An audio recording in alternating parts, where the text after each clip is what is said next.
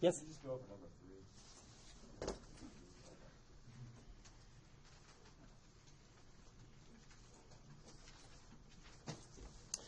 3? Yeah, so number 3, why don't I just doing X and Y are the same, you go through the same steps, so let me just do one component.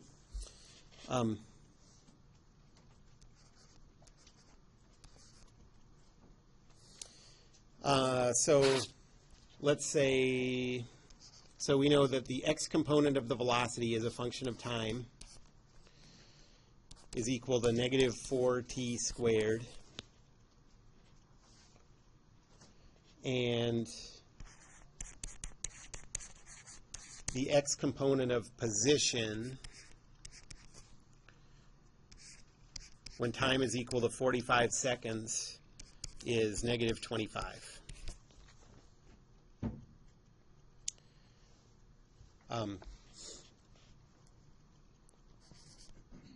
Well, Vx is equal to the derivative of Px with respect to time. So this says dpx dt is equal to negative 4t squared. And then you can use separation of variables. So dpx is equal to negative 4t dt. You can integrate both sides. And you get that px is equal to negative 4/3 t cubed plus c. And then now we need to use that boundary condition to find c. The boundary condition says when t is 45, 45 cubed is going to be big. Px is going to be minus 25. So minus 25 is equal to negative 4/3 times 45 cubed plus c. So c is equal to negative 25 plus 4/3 times 45 cubed. Can someone tell me what that is? Negative, or it's 121,475. 121,475. Okay. So that's c. And then now that you know c, you can update the function for the x component of position.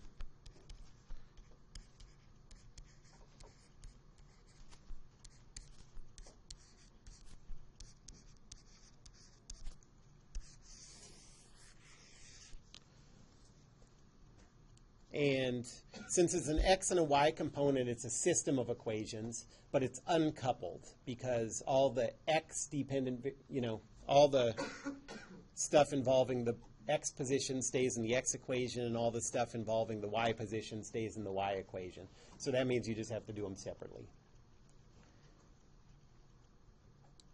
Any other questions about the assignment?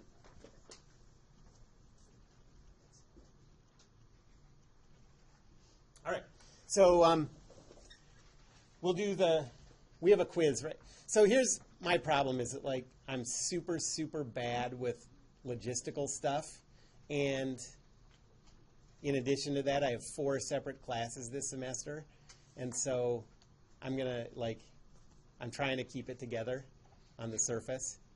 But, okay, so I thought I'd already given your quizzes back, but no, that's a different class, So we have a quiz today, though, right? Yes. I've written one. Okay, good. So we'll do that in the last, I guess we'll do half an hour starting now, and then the quizzes will be the last 10 minutes. Okay? And I'm going to talk extra fast to fit in a full. Yes? I was just wondering if I could ask a quick question. Yeah, sure. Friday's Yeah. assignment is number 7. It's 5t squared x double dot. Oh, yeah. Number 7. Okay, so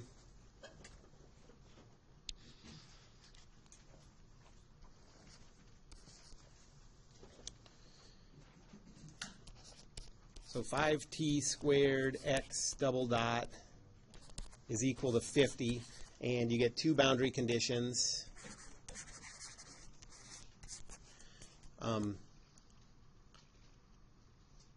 Where am I? X of 1 is equal to 2, and x of 10 is equal to 20. All right, so I'll start with this as x double dot is equal to 10t to the minus 2. And I'll think of that as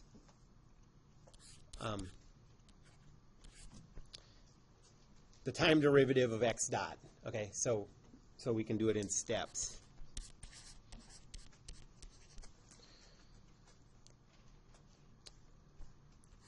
So separate variables, you get dx dot is equal to 10t to the minus 2 dt. Integrate both sides. And so you get x dot is equal to negative 10t to the minus 1 plus c, plus let's call it c1. And now we have to do it again. So x dot is dx dt. So dx is equal to negative 10t to the minus 1 plus c1 dt.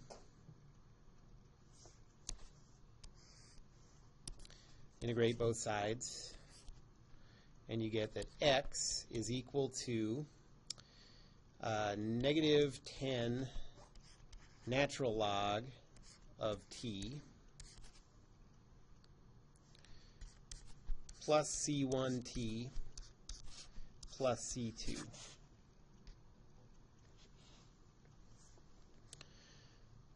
We are dealing with positive values of t. Looking at the boundary conditions, so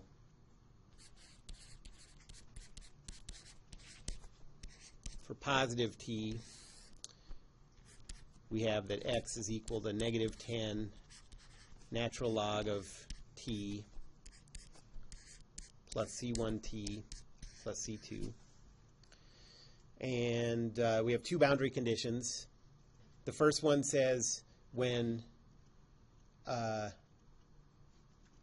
t is equal to, oh, I gave you the wrong ones. Those wouldn't work for this. Oh, no, I didn't. No, those are right. Okay, I was just looking at the wrong one just now. Okay, so the first one says when time is equal to 1, x is equal to 2. So 2 is equal to negative 10 natural log of 1 plus c1 plus c2. Natural log of 1 is 0.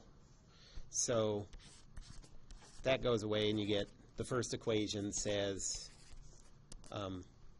c1 plus c2 is equal to 2.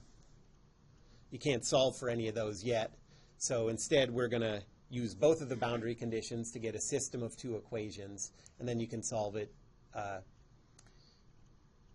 either by substitution or if you have a bigger system, you can use like reduced row echelon form with a matrix. Goes a lot faster. Or if you have a TI calculator, you can use the linear system solver or whatever it's called.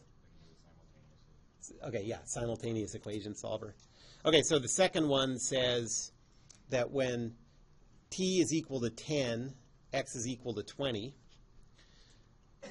So, okay, so I'll set this one aside. And then 20 is equal to negative 10 natural log of 10 plus 10 c1 plus c2. What's 10 times the natural log of 10? Can someone, no one's memorized that? I have no idea. Negative 10 ln of 10. Yeah. Negative 23.025. Huh? Pretty good. Okay. Negative 23.025. Let's go 03. Plus 10C1 plus C2. So the second equation says 10C1 plus C2 is equal to 43.03. And now you have a system of two equations for two variables, this one and this one, and you can solve it however you see fit.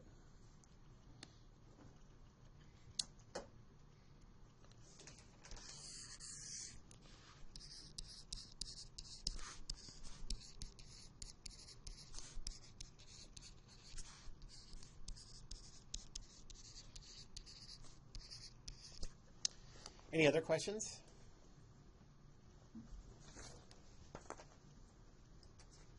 Let's say on an exam we were doing something like this. Would you rather us leave it exact as we're solving through it and then approximate at the end, just for accuracy? Or is that not really? You know, other people seem to worry about that a lot more than I do. I can't imagine a case where I would take off a point for doing that. But if you're already in the habit of carrying it through symbolically all the way, then keep doing it because it's a good habit. But Yeah, 'cause the only difference I made is I just carried the 10L and a 10 over and then just solved it that way. Yeah, Just to leave it and then round it at the end. yeah, makes sense. Yeah. Okay, no other questions right now? So last time we were started talking about circular motion.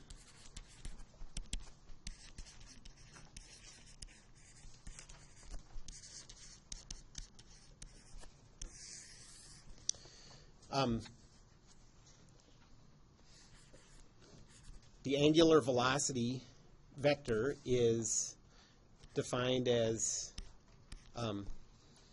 the change in the angular position with respect to time in the direction of the axis of rotation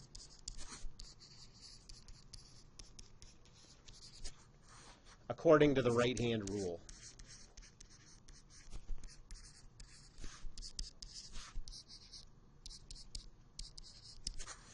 So, for example, if you have a circular motion going this way,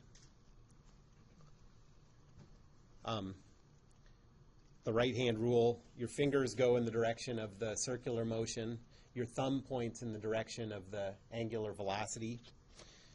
So the angular velocity vector would be coming out of the page. Have you seen that notation before? That's out of the page. Into the page is an X, like you're looking at the feathers of an arrow.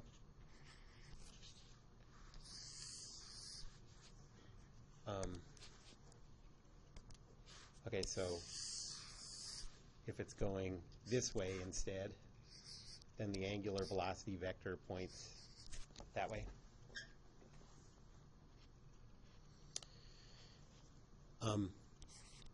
The angular acceleration vector is the time derivative of the angular velocity vector. And so remember with velocity and acceleration,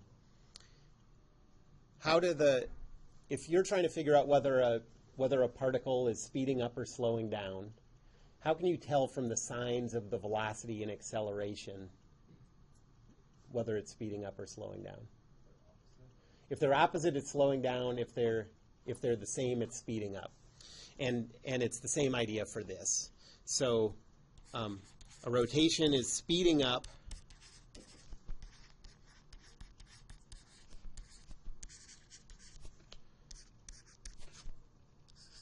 if the angular velocity and the angular acceleration are in the same direction.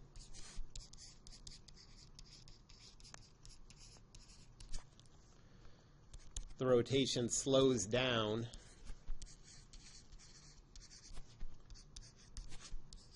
if omega and alpha are in opposite directions.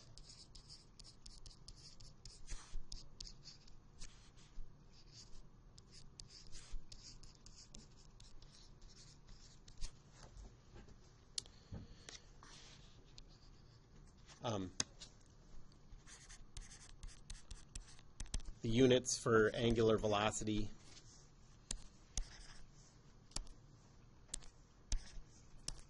I guess I'll do the SI units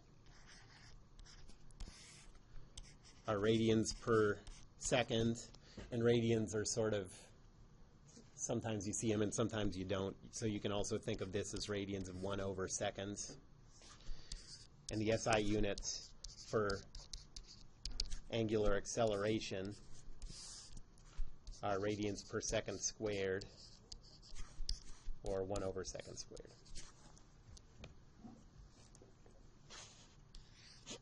Okay, so here's an example problem. A child's on a carousel. The carousel has a 2-meter radius.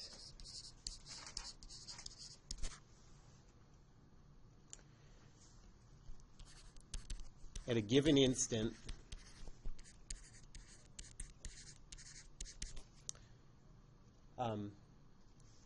the angular speed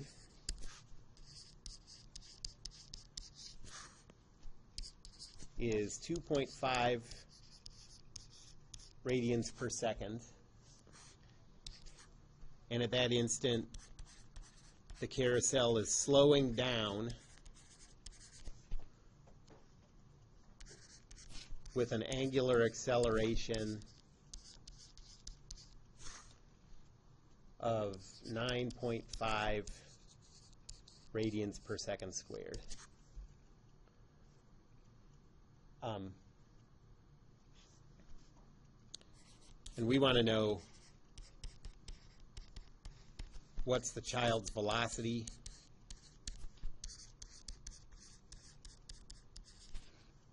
It's an ugly child, so we don't have to worry about damage or anything, but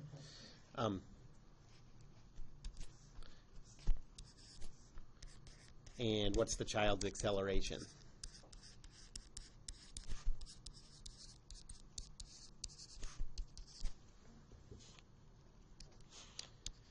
And what we're trying to use, what we're trying to come up with all the information we need for is velocity is equal to omega cross r, and the translational acceleration is equal to the watermelon equation. All right, watermelons will rot.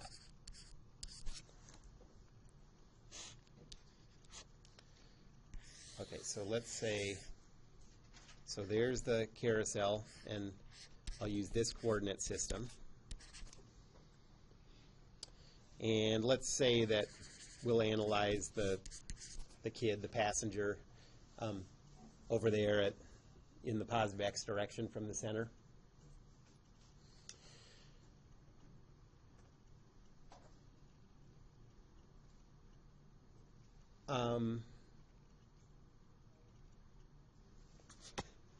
Well, this problem isn't going to depend on which way the carousel is moving, but we have to choose one direction to be consistent throughout. So let's say that the carousel is moving this way.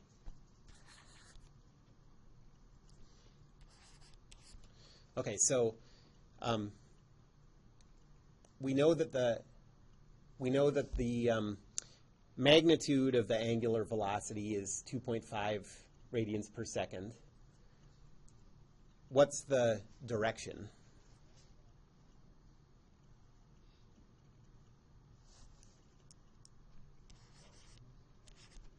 So yeah, it's 2.5 radians per second. Yep, you're exactly right, like into the page, because you know your fingers do that, your thumb's pointing in, and so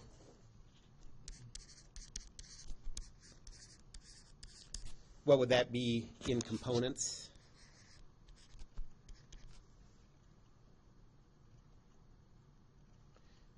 Well, if that's the x and y, negative z, right. The positive z has to come out of the page if x and y are like that. So going into the page is in the negative z.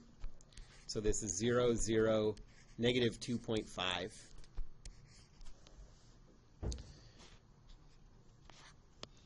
don't understand that because, I mean, he's going around the circle. He's not, which is the x and y, so isn't he moving in the x and y direction? Oh, it's the angular velocity. not yes, the, okay, that's right. I get it. Yep. Okay. So we're just setting it up so we can calculate that translational velocity. Okay. And now we need that r vector. That is the vector from the center of the circular motion to the point that you care about. So that's, well, this p is equal to 2, 0. I guess we're doing everything in 3D, so I'll write it as 2, 0, 0. So that's 2, 0, 0 minus, I put the coordinate system at the origin, so we get an r vector of 2, 0, 0. And so the velocity vector is equal to 0, 0, negative 2.5 crossed with 2, 0, 0. And we get a value of 0, and then 5, and then 0. So 0, negative 5 meters per second, 0. Does it make sense that the velocity vector of that person would be in the negative y direction? Yeah, because they're going to be moving tangent to that circular motion. Any questions about that calculation?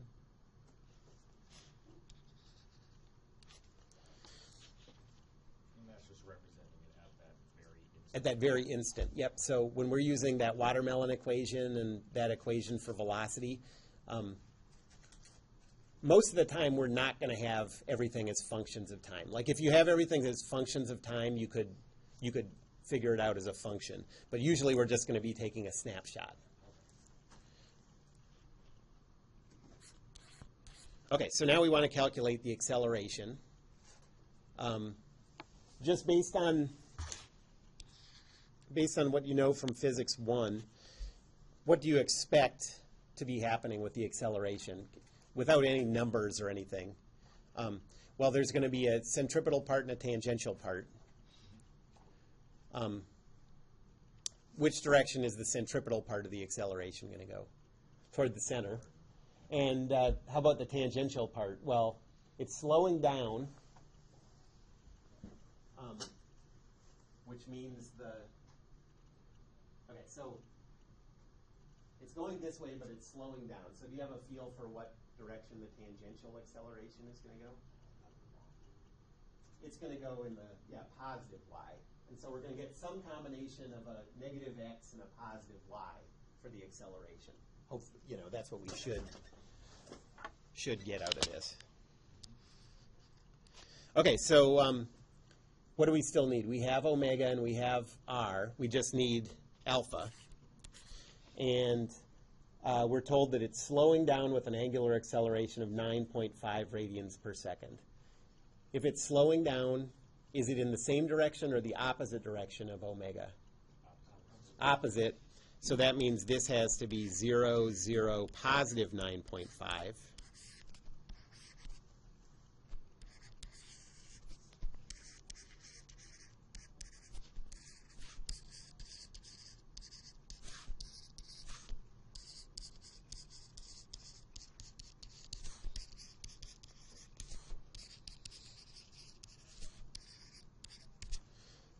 And now the watermelon equation says the acceleration is equal to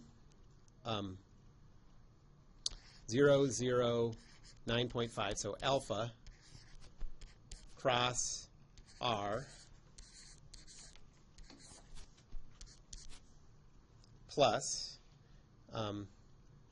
omega, what was omega? 0, 0, negative 2.5 crossed with the quantity 0, 0, negative 2.5 cross R 2, 0, 0.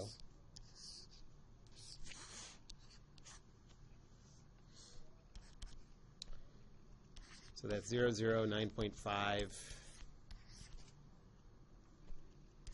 crossed with 2, 0, 0 plus 0, 0, negative 2.5 times, notice this is the velocity we just calculated. So that's cross 0, negative 5, 0. This isn't plus, this is cross. And if you do that calculation, you get 0, positive 19, 0,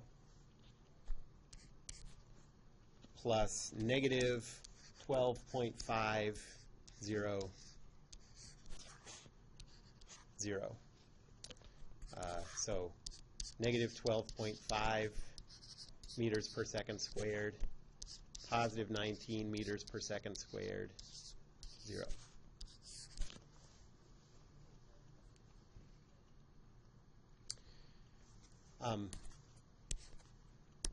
So which of these two terms was the centripetal acceleration and which is the tangential?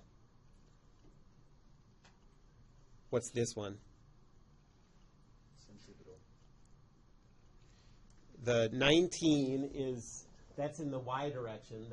So that's the one that has to do with angular acceleration. So this is the tangential acceleration. And this one is towards the center from the passenger, so this is the centripetal. So notice that in that watermelon equation, so acceleration is equal to alpha cross r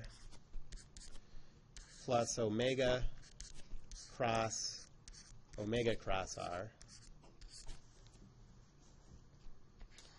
This always gives you the tangential acceleration. And this always gives you the centripetal.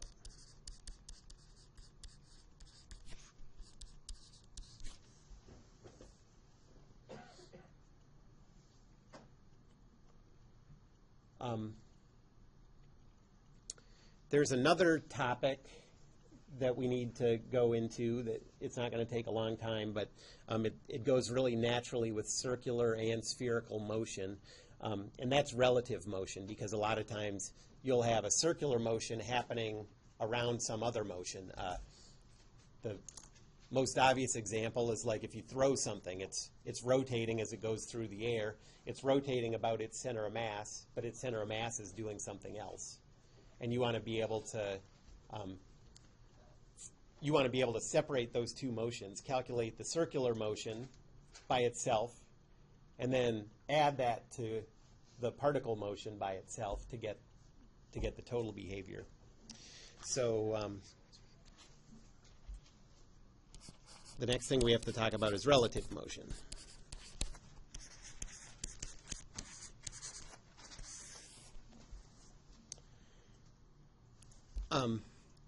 So for this, imagine two non-rotating coordinate systems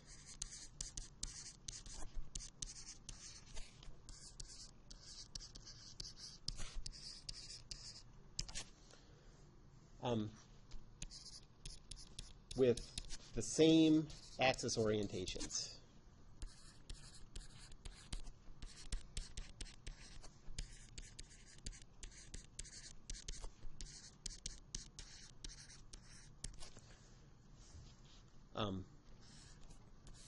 So say this is the one that we'll call coordinate system A, This is the one we'll call coordinate system B. And they could be moving relative to each other, even accelerating relative to each other. And both of them are tracking this object P. Well, to keep track of which position, so what's the position vector of P? Well, it's different depending on which of these two coordinate systems you're using.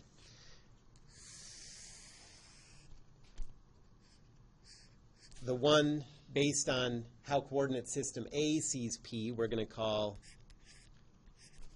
P of that point P relative to A. So that's the position of P relative to A, according to A.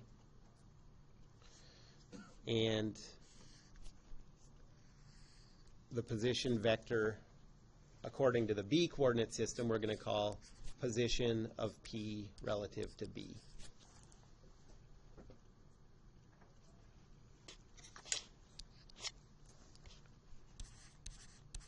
So we're going to call this position of P relative to A.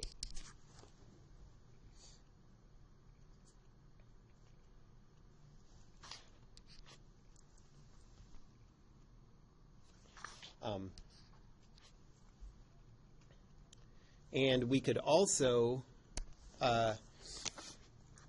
talk about how the origin of one of the coordinate systems appears to be moving according to the other one. So let's think of another position vector.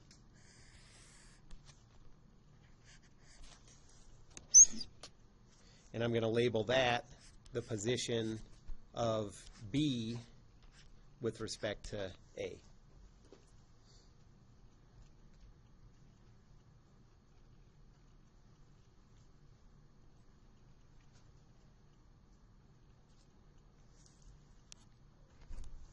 Any questions about that notation?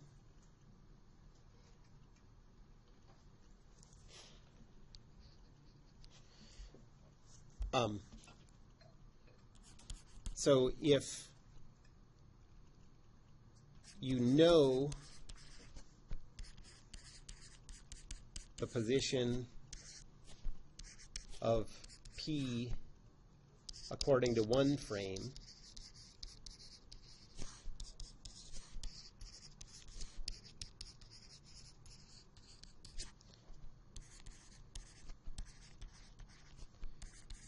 can you calculate it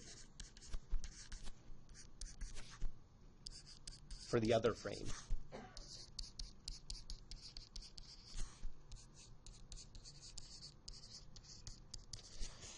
And the answer is suggested by this picture. If we want to calculate, so if this has a camera in it, and we have a way to measure the position of P relative to B. This one doesn't have a camera in it, so we can't get that directly. But we can figure out the position of the origin of the second coordinate system relative to this. Okay. For one thing, it's just going to be the opposite of the opposite of the position of this relative to this. Then you know what the position of P relative to A is because it has to be equal to this plus this. That's just vector addition.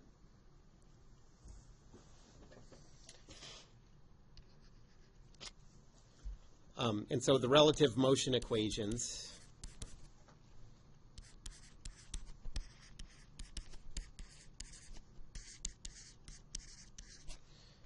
say the position of P relative to A is equal to the position of P relative to B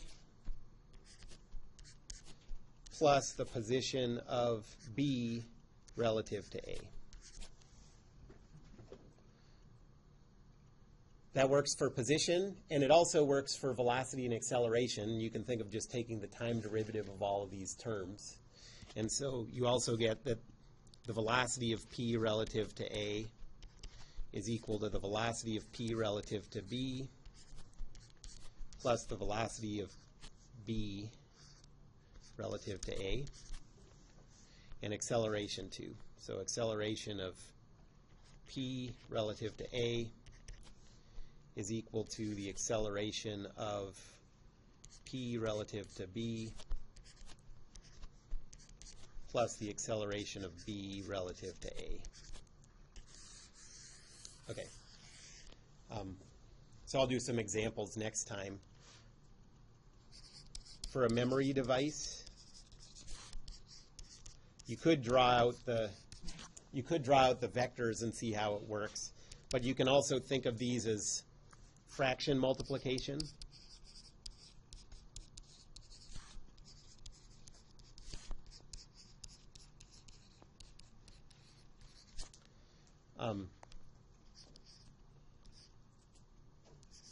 P over A is equal to P over B times B over A. If you don't remember why that works, those cancel. Fractions. Yeah? So a table just going a step further would be an example where we only P over A, and then for the particle relative to B, you can know either the velocity or something plus a known hard times and substitute the like vectors and do it. Yes. Any other questions about this? All right. So